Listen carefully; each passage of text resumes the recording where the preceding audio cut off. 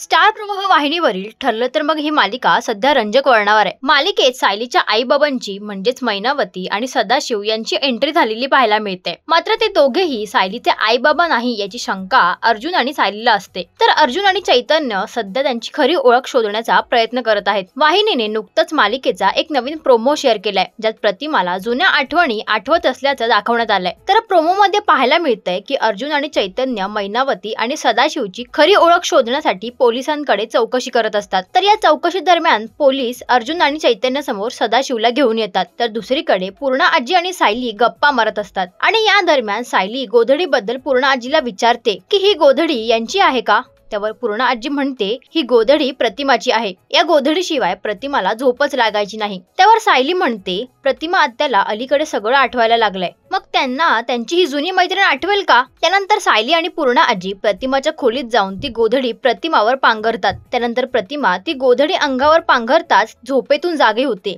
त्यावर पूर्णा आजी प्रतिमाला विचारते, प्रतिमा तुला ही गोधडी आठवतीये का? तर आता प्रतिमाला तिचा भूतकाळ पुन्हा आठवणार का? सायली तिची खरी मुलगी आहे हे तिला जाणवेल का? याचबरोबर मालिकेत आणखी कोणता नवीन ट्विस्ट येणार हे पाहणं रंजक ठरणार आहे। तर मालिकेच्या सध्याच्या ट्रॅक बद्दल तुमचं काय मत आहे हे आम्हाला कमेंट्सद्वारे नक्की कळवा।